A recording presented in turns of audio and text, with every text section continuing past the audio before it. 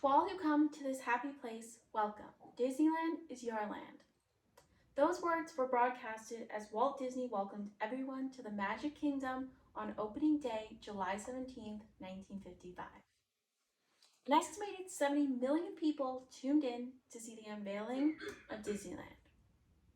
Christopher Klein in an article perfectly described opening day as everything appeared to be unfolding like a dream, but away from the television cameras, Disneyland's opening day was hardly dreamy. Today, when you visit Disneyland, the park is always well organized and the rides are always well maintained.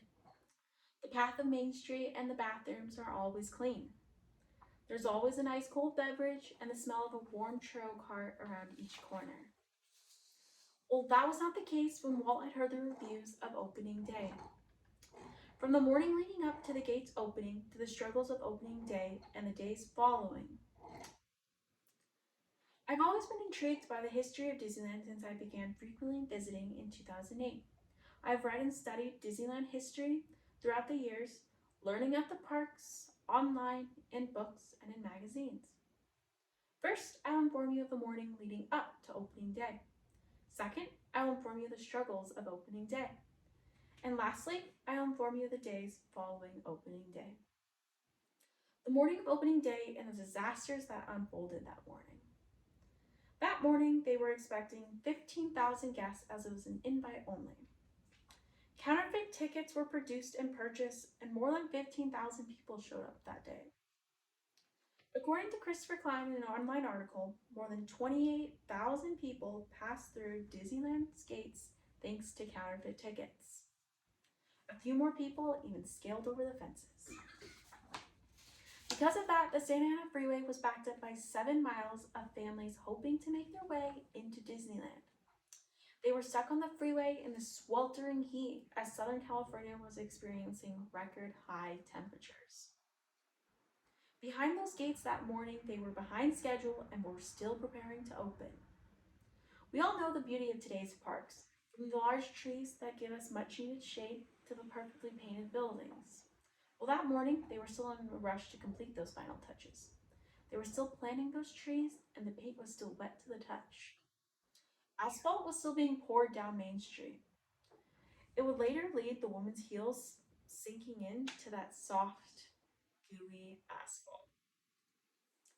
There was also a plumber strike going on leading up to the opening day. They had still been working on completing the plumbing throughout the parks. And Walt had a decision to make, whether to have running toilets or drinking fountains. According to Nick Nunes, chairman of Walt Disney Attractions, he recalled Walt stating, "Well, they could drink Coke and Pepsi, but they can't pee in the streets. Finish the restrooms." So they did. As we now know, more than 28,000 people passed through Disneyland's opening gates. I'll now tell you about the struggles of opening day that unfolded throughout the park. Opening day and the struggles that unfolded. July 17th, 1955 was opening day. Walt Disney was going to show what he had been working on for the past year and one day. Opening day was to be broadcasted on a 90-minute live broadcasted special on ABC televised network. This live special was hosted by television personalities Art Linkletter, Ronald Reagan, and Bob Cummings. During the special, they were going to show opening day festivities, from the park's dedication and the parade to the 5 different themed lands that Disneyland had to offer at the time.